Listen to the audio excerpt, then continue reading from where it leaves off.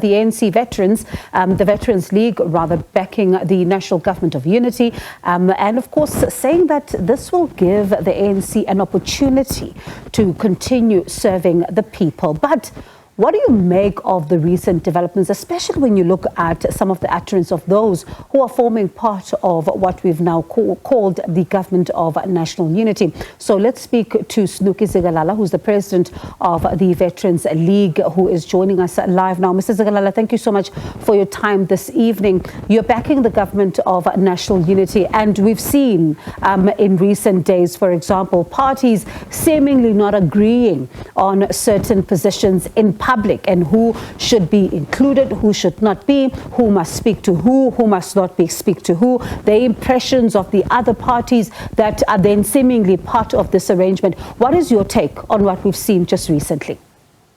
Well, I would say that, as you know, that is the African National Congress that came with the Government of National Unity. And it's the African National Congress that is inviting all parties to participate in this Government of National Unity.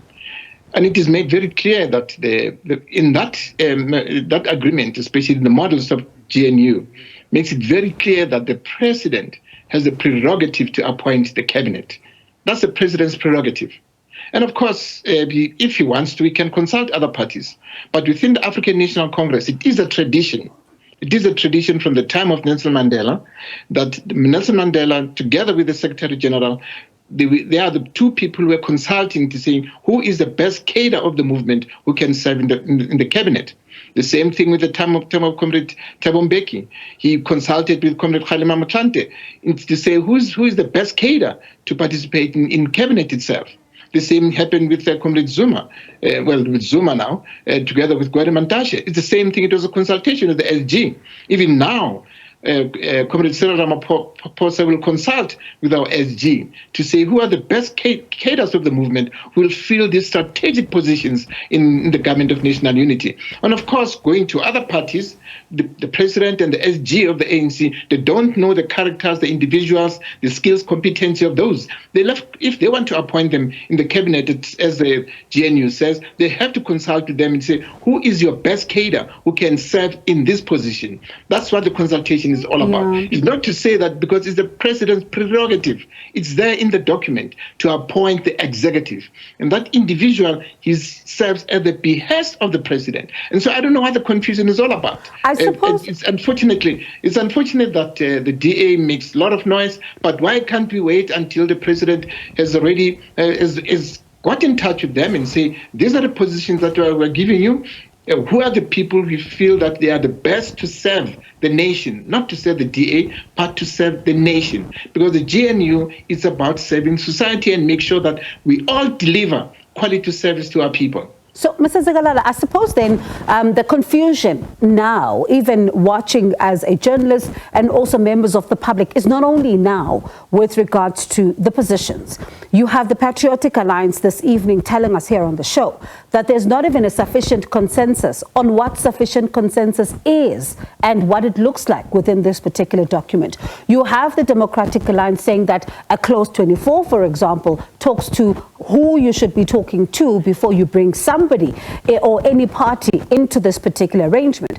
Then you have the ANC saying that, but we are the ones that started this entire particular process. So if all of these parties are speaking past each other, with the IFP saying, let's stop speaking past each other and actually find one another to make this work. So if all these parties are singing from a different hymn sheet, what are we to read into this?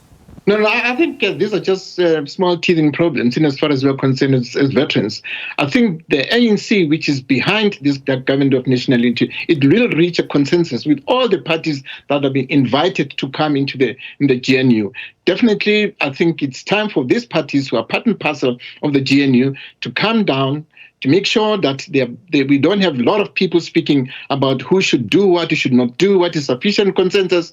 I think they should just come down, the leaders, they must sit down and speak and talk to the African National Congress. The African National Congress, which is a leader in the GNU, will definitely give proper direction. That's a direction that will unite and make sure that we are all in one pot and all build this country. Because as we know, that's what the electorate said work together, rebuild the country itself, make sure that there's growth in terms of the economy, make sure that jobs are created, make sure that we provide quality healthcare to our people, make sure that we provide quality education for all our people. And so that's what our people are saying. And so I'm saying that the African National Congress will definitely intervene soon and make sure that all this bickering comes to an end. So when you talk about even the bickering, let's move away briefly from the Government of National Unity, the Statement of Intent and other political parties. You have the Youth League of the ANC calling for more young people to be included in the cabinet. It's not a new call, but then you listen to the Women's League expressing disappointment, the Treasurer General there speaking to Samgele Masego, that they are very disappointed that the fact that there are only two female premiers across the country.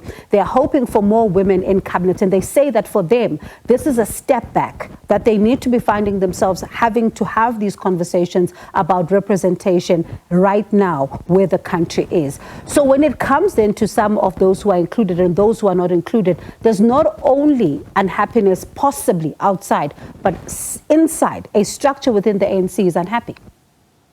Well, I think the young people, I think they're very impatient. They want to have young people in cabinet. I think their time will come. We've got more young people now in parliament than we had before. The women, of course, we as veterans agree with the women that it's unfortunate that we did not have enough time to discuss especially the appointment of the premiers in the provinces, because we're not happy that only 2 women are appointed, but it's water under the bridge. But we are very strong that the issue of the women must be taken into consideration. And I think the president and the SG will attend to that. Young people, of course, time will come. They need to be groomed. You have to have highly skilled, competent young people to join cabinet. You just go there in parliament wanting to be in cabinet. It's a learning curve. And so you need experience, competent, and young people who will be able to serve the country. We're not against young people being in cabinet, but you can't just do that. There's no country that has just done that by taking all young people and putting them in cabinet. And so we are saying that time for them will come. They have to be groomed. And of course, the ANC has done that. And so what we are saying as veterans is that we want them to come down, especially there are more young people now in parliament than we had before. And so their time will come. Currently, we are saying that we are building this country with other organizations who are interested in being part and parcel of the government of national unity. Of course, the issue of the women, I'm definitely sure that the president of the African National Congress and the SG, they will attend to that. All right, Mr. Zikalala, I hope we speak again. Keep your phone close to you when we hear of the announcement of cabinet. Would like to hear your reaction on the composition, but thank you so much. Do appreciate your time this evening. That is Snuki Zikalala, the president of the Veterans League, and that's how we wrap up the news part of the show.